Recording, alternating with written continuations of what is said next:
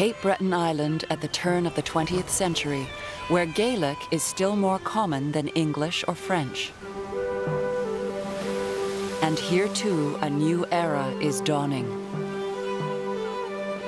Fishermen are trading in their nets for a pickaxe. Coal is king, and we have every reason to feel that at no distant date, Glace Bay will take its place among the leading cities of Canada. In the new city of Glace Bay, Mayor David Burchell stokes the engine of progress. Underground. There is employment for everyone willing to work. Wages are good, and good order is maintained.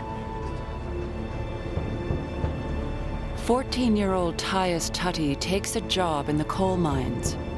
When his father drowned, Tyus became the first in 5 generations to leave the sea. I had a lot of accidents. There's no question about it. I had this hand smashed. I had that skull fracture. I said, look, I gotta make a living and there's no other place to go. I said, I'm not a coward. If I die down there, well, I'll die down there. In Glace Bay, one company, Dominion Coal, not only owns the mines, but controls almost every aspect of a miner's life. At the company's store, Tyus has to pay for his own food, explosives, and safety equipment, all deducted from his pay. At the end of a month, Tyus can take home as little as 70 cents.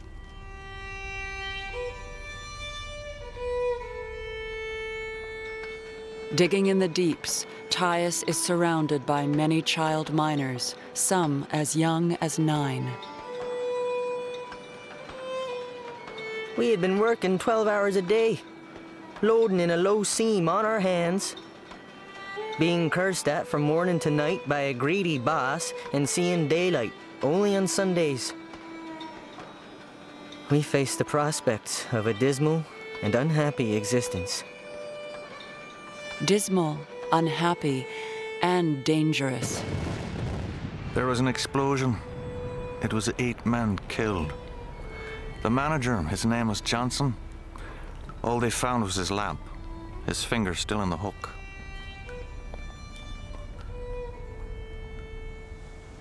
Meanwhile, directly above the miners' heads, a technological revolution is taking place on the shores of Cape Breton Island. From these transmission towers, a struggling Italian inventor, Guglielmo Marconi, is about to change the way the world communicates. He is trying to convince skeptics that he can connect Europe and North America with nothing but radio waves.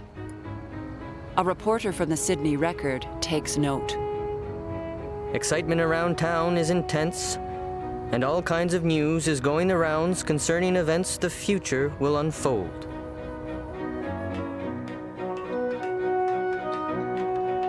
December 1902, Marconi sends his first full wireless message across the Atlantic. Glace Bay's mayor beams with pride.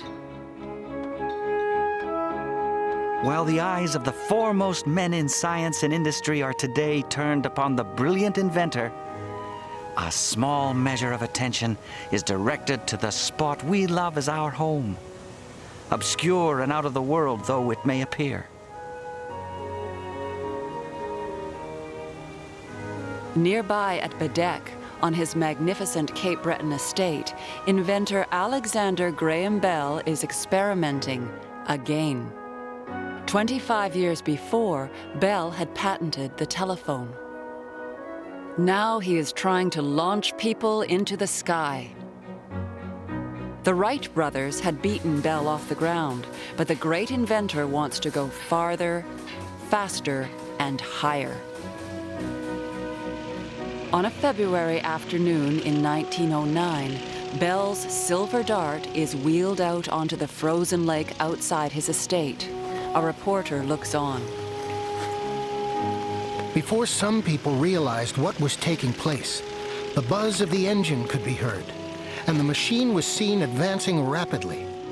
She had gone about 90 feet along the ice when she rose gracefully into the air. Everyone seemed dumbfounded. Radio waves and people in flight above ground, while below, Tyus Tutty continues the back-breaking work. For Tyus and the thousands who would go below in the coming years, the new age of invention and industry would mean a new era of strikes and struggle.